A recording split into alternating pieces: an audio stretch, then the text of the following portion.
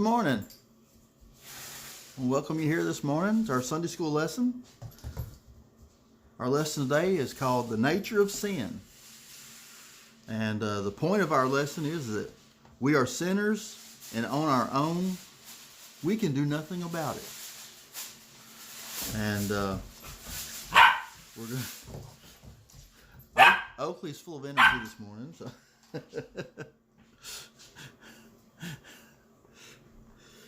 So if you have your Sunday school book, turn to page number 40. And if not, turn to Isaiah chapter 59. And we'll get started into our lesson after we have a quick word of prayer. Heavenly Father, we come before you again thanking you for this day and thanking you, Lord, for all your many blessings. Lord, we just ask you, Lord, just to be with us during this time of study and just pray that everything that's said and done be done to honor and glorify you in every way. Lord, we just give you the thanks and the praise and the glory. And we just ask this all in the precious and holy name of Jesus. Amen. Amen. All right. We're talking about the nature of sin. And let's just go ahead and get right into our scripture. We're in Isaiah chapter 59, verses 1 through 5. Oakley, come here. Oakley's trying to bite my Sunday school book. So, behold, the Lord's hand is not shortened, that it cannot save, Oakley. neither his ear heavy, that it cannot hear. But your iniquities have separated between you and your God, and your sins have hid his face from you, that he will not hear. For your hands are defiled with blood, and your fingers with iniquity. Your lips have spoken lies. Your tongue hath muttered perverseness. None called for justice, nor any pleadeth for truth. They trust in vanity and speak lies. They conceive mischief. I'm sorry. She's full of energy this morning. Let's see. They conceive mischief and bring forth iniquity. They hatch cockatrice eggs and weave the spider's web. He that eateth of their eggs dieth, and that which is crushed breaketh out into a viper. Okay. So, I think today's going to be an adventure. Susan's chasing her and can't catch her. Okay. Now, think about it. Is there something that you don't like? Is there something, that you just really don't like a food or something that you just really can't stand the smell of or the taste of or the texture of it? Susan says liver. I'm not a big fan of liver either, but anyway, if there's something that you don't like a food that you don't like or whatever, you try to stay away from it. You don't even want to even smell it, let alone taste it or anything. You just don't want to be around it or see it or anything. And what I'm trying to do is just draw a picture here is, that, God has a greater reaction to sin than, just the way that we're talking about right now of a food that we don't like or whatever. God's reaction to sin is far greater. As a matter of fact, it says he actually detests sin. He hates it so much that it repulses him. And says, look how Isaiah described our sins. They're worthless like cockatrice eggs and spider's webs. Because a holy God will have nothing to do with sin, Isaiah wrote, your iniquities have separated between you and your God. Because of your sin, he hides his face from us. And, one of the attributes of God is that, God is a holy God. And let me make a little adjustment here. And, due to his holiness, God cannot sin. He cannot sin. And God actually, like I said, he hates sin. He loves the sinner, don't get me wrong. He loves each one of us. But he doesn't love everything that we do or say. And that's what I'm really trying to get into in our lesson. Now it says, what is sin? And it says, consider the very first sin that's ever committed. And we know that in Genesis chapter 3, verses 2 through 7, talks about how Adam and Eve deliberately disobeyed God's order not to eat from a certain tree. And it says, as a result, God sent them out of the Garden of Eden, and they were separated from God's presence. And it said in verse 24 that previously they had been able to walk and talk with God. And, it talks about that in there. It says that in the cool of the day that God walked in the garden. And, they had a very special relationship with him. But yet, because of sin, what happened? Everything changed completely. And, that's what happens in our lives too. When we commit sin, everything doesn't stay exactly the same. David was described as a man after God's own heart, but David was fully human too. And David committed sin. The sin that's probably the most talked about with David, of course, was David and Bathsheba. And, even though David did repent of that sin, he still had to live with the result of that sin for the rest of his life. Just like we do a lot of times. Our sin, we have to live with the result of our sin from here on out. Even though God washes away the sin itself, the results of sin, he doesn't remove. So, and then we have to try to live our life, with that result. So, it can be hard. But even though we still have that result of sin in our life, we still have a relationship with God. So it's important to understand that, even though there may be a little, let me see how I'm going to put this. There may be difficulties, hardships that you may face as a result of your sin. But God, he never leaves us nor forsakes us. True, he won't look down upon, he won't look upon our sin favorably. But yet he still loves us. And he still wants us to get right with him and have a personal relationship with him. So, it says, let's not confuse sin simply with bad things we do. Sin is much deeper than that. Sin is what we do when we place our desires, our agendas, and ourselves above God.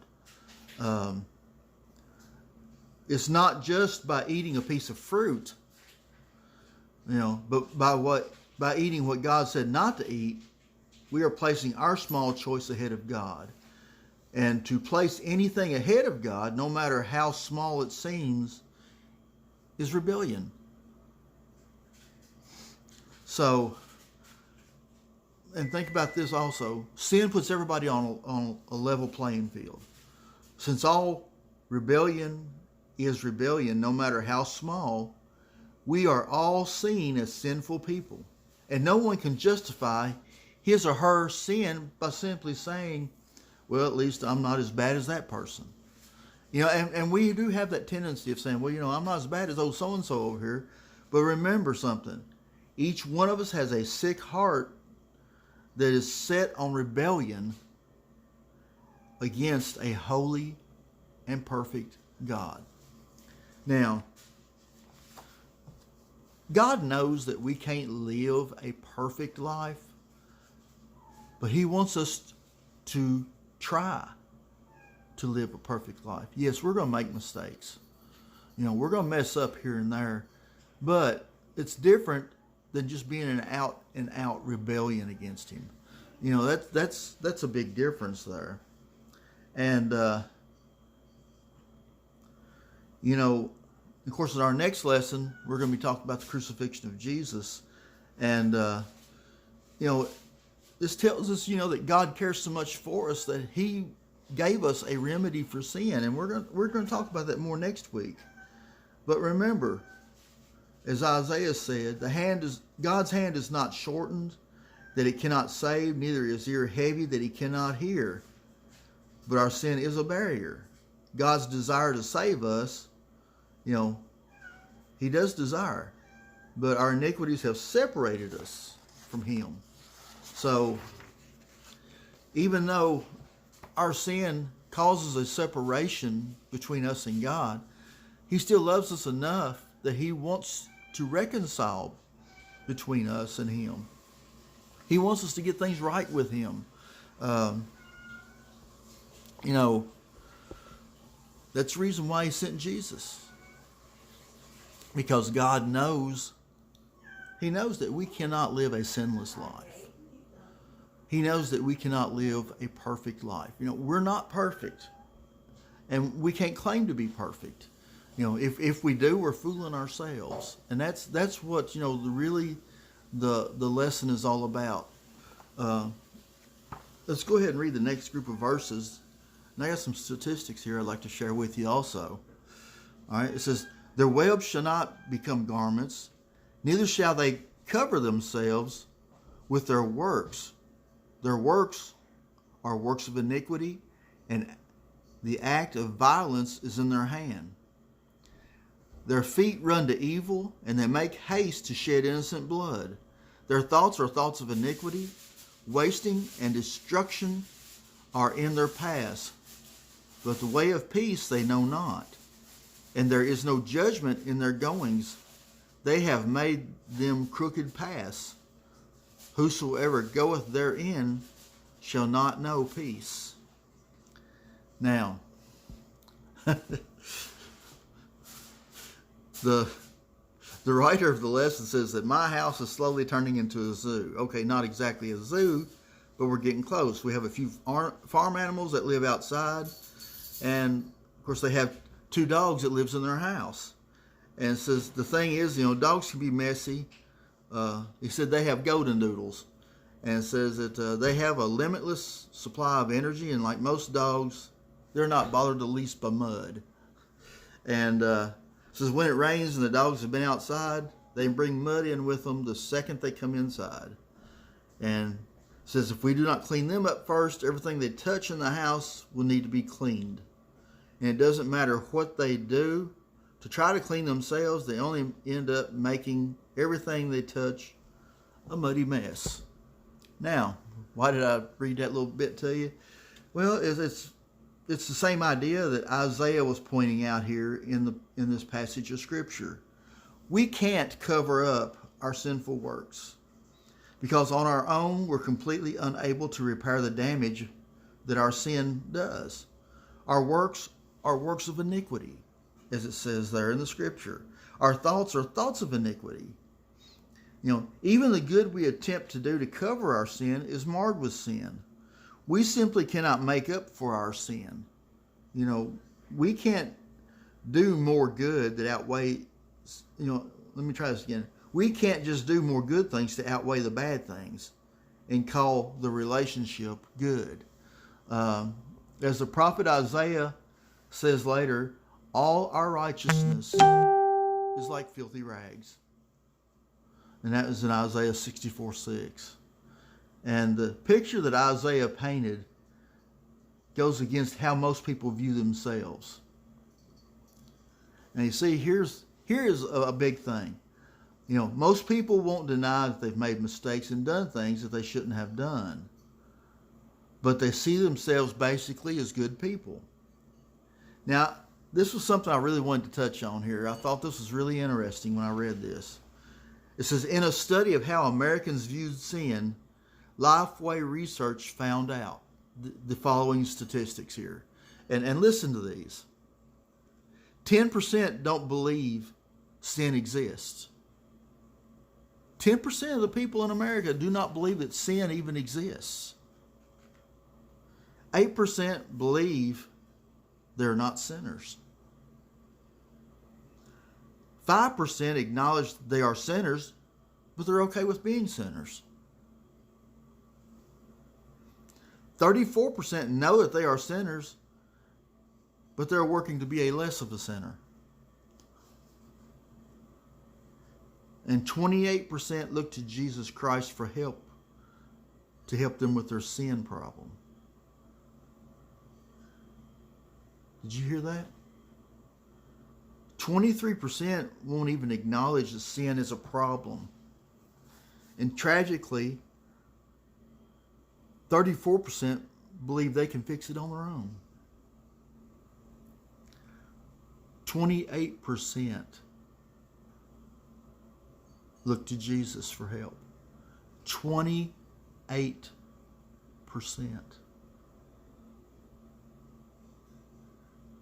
So you subtract 28 from 100. What have you got? 72%. 72% do not look to Jesus for help with their sin. That's a very scary statistic.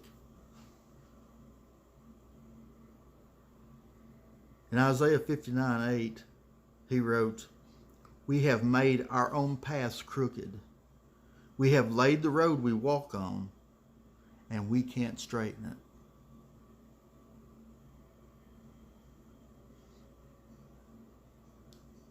And it's just like he was talking about here a few moments ago.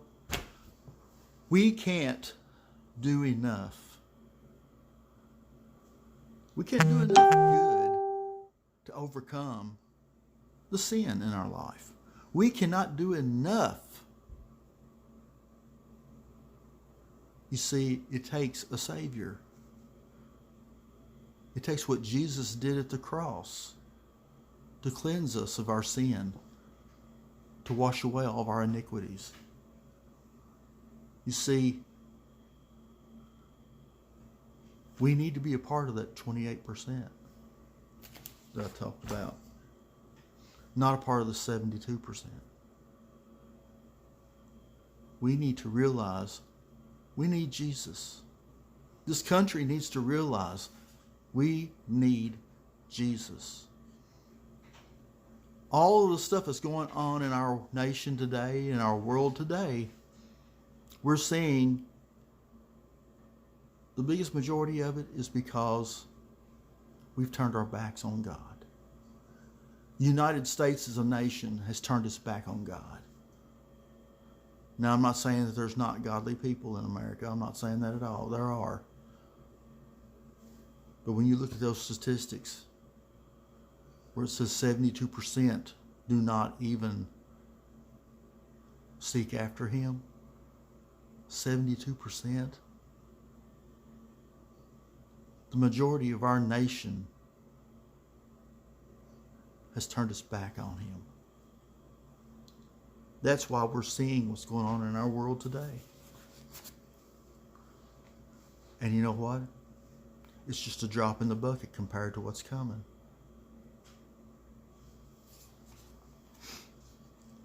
Isaiah 59 verses 9 through 13. Therefore is judgment far from us, neither doth justice overtake us. We wait for light, but behold obscurity, for brightness, but we walk in darkness. We grope for the wall like the blind, and we grope as if we have no eyes. We stumble at noonday as in the night. We are in desolate places as dead men.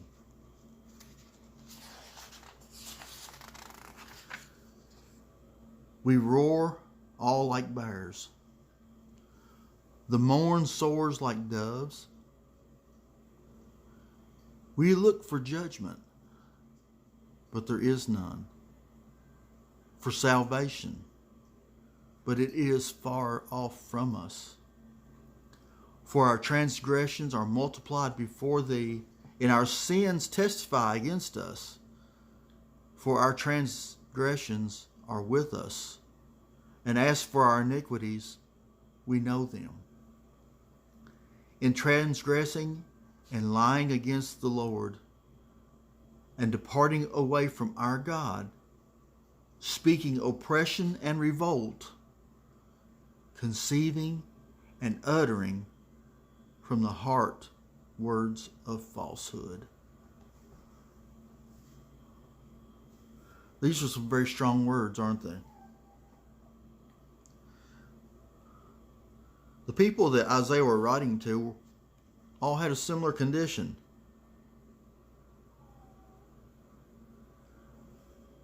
They all had a similar condition. And I like the comment I just saw. We're considered to be in the Bible Belt of America. We're considered to be in the Bible Belt. But look at what we're seeing going on right here in our own state. I want to thank Roy for that comment, because that's so true. We've always called this area the Bible Belt. Southern part of the United States has been known as the Bible Belt ever since I can remember. So just imagine what it's like outside of here. We think we see a lot of evil here. But turn on the TV, watch the news. Look what's going on elsewhere too. It's so sad. It really is. Because, again, what's happened is we have departed. We have turned our backs as a nation on Almighty God. And not only our nation, but the world has turned their backs on God.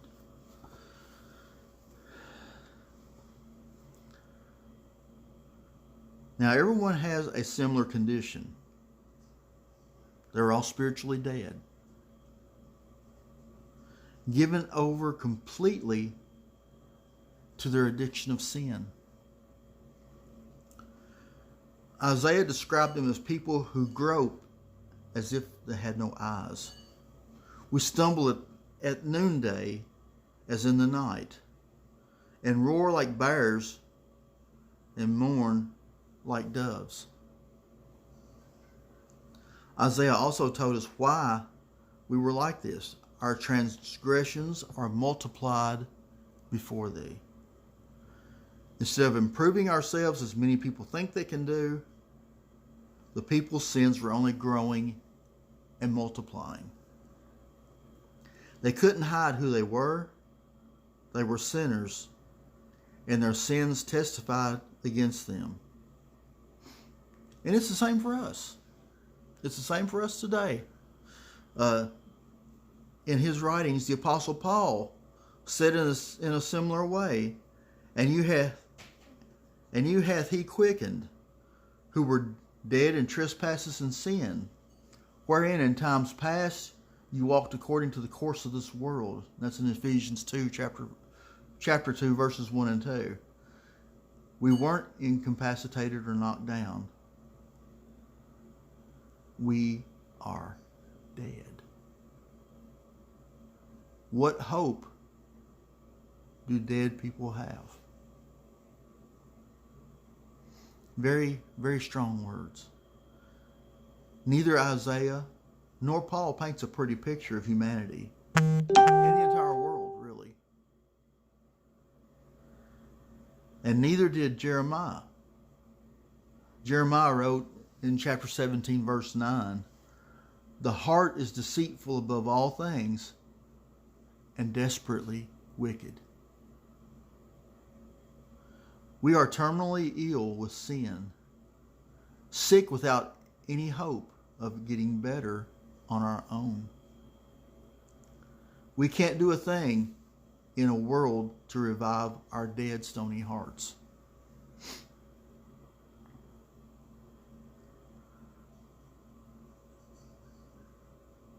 Now think about this.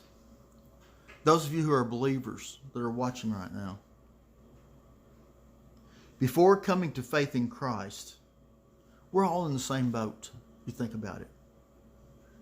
All sinners are in the same boat because you're spiritually dead, enslaved to sin, and in possession of a debt far greater than we can pay on our own. We stand no chance of paying it back or of working our way back to life. But that is not the end of the story.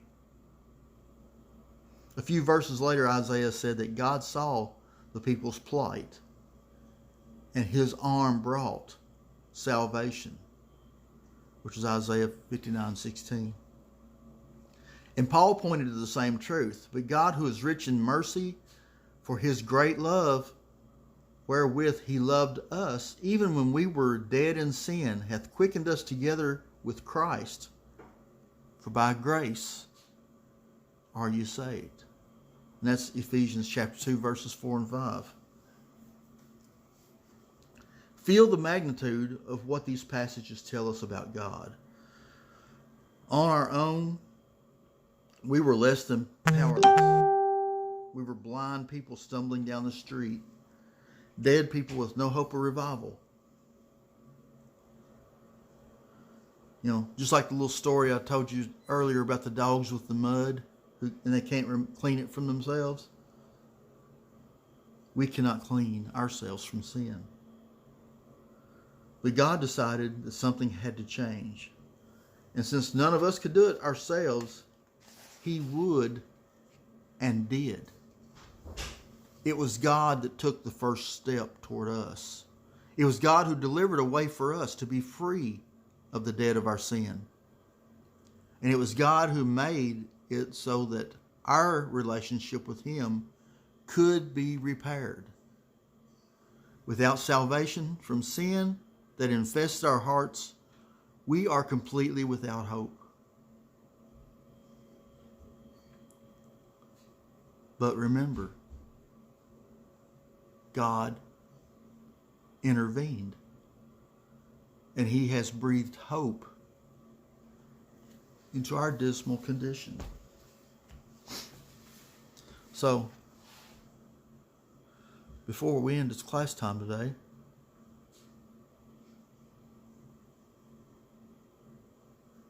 there is hope. We have hope in our world today. But the only true hope we have is Jesus. Now, as we've talked about in our lesson, you can't do enough good to outdo the bad. You can't buy your way to heaven. You can't work your way to heaven. Jesus says, I am the way. He is the only way. He is the door. The only way that we can enter into heaven. Like I said, you can't work your way. You can't buy your way. You can't save yourself.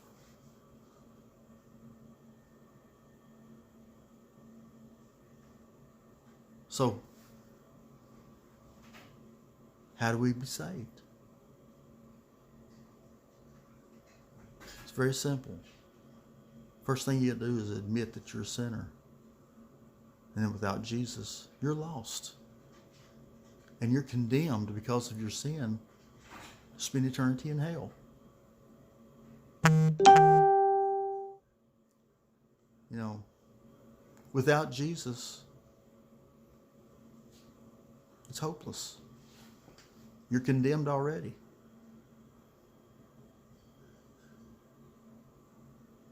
So what do you have to do to be saved?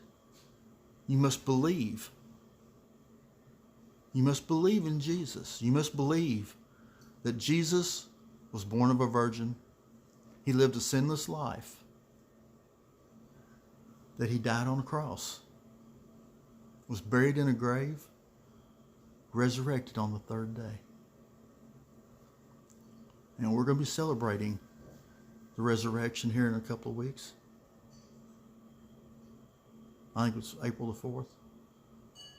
We're going to be celebrating the resurrection of our Lord because we do serve a risen Savior. You see, Unlike a lot of these so-called religions, Jesus is alive. He has paid in full our sin debt. He has done everything necessary for salvation. So what's the next step? Commit your life to Jesus. Commit your heart to Him. Ask Him to come into your heart and to save you. Ask Him to forgive you of all your sins.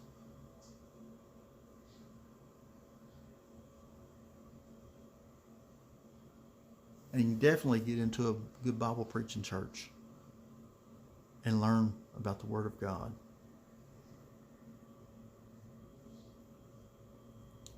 There are so many people out there today that are telling us so many things that are not biblical.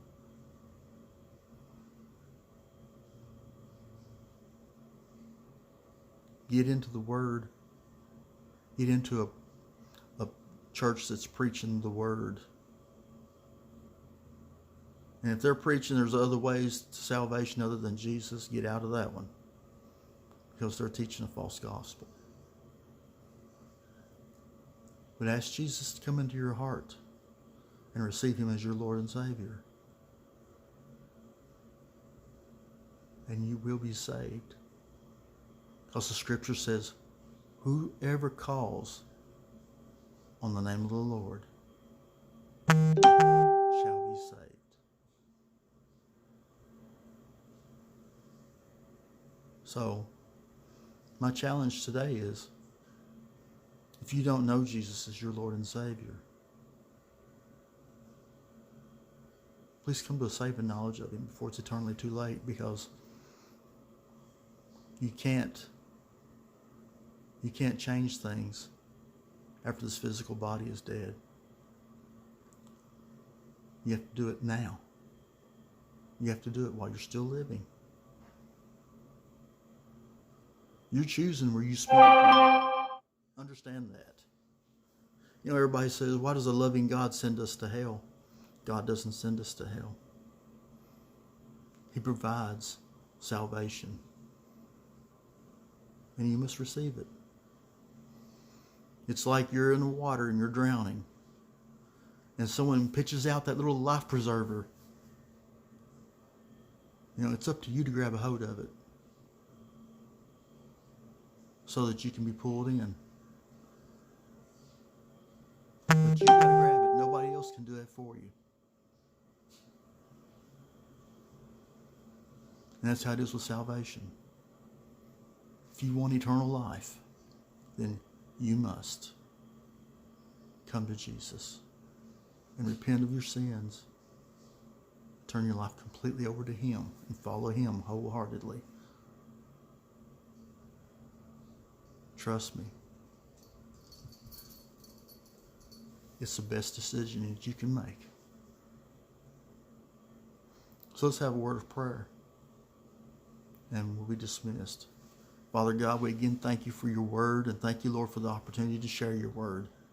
And Lord, I just pray if there's any out there in the sound of my voice right now that doesn't know You as their Lord and Savior, they'll come to that saving knowledge before it's eternally too late. Lord, we see how our nation and our world is looking today, how that so many people have turned away from You. And, you know, we've got the notion that if we legalize sin, that it's okay, but, you know, what You call sin is still sin regardless of what our laws say. So, Lord, we just call upon You, because we need You more than ever. Guide us and direct us. Forgive us where we fail You. In Jesus' name, amen. And if there's anyone out there who is a believer, but maybe you've fallen away, you can rededicate your heart to Jesus. It's not too late. But do so before it is. God bless y'all and have a wonderful day.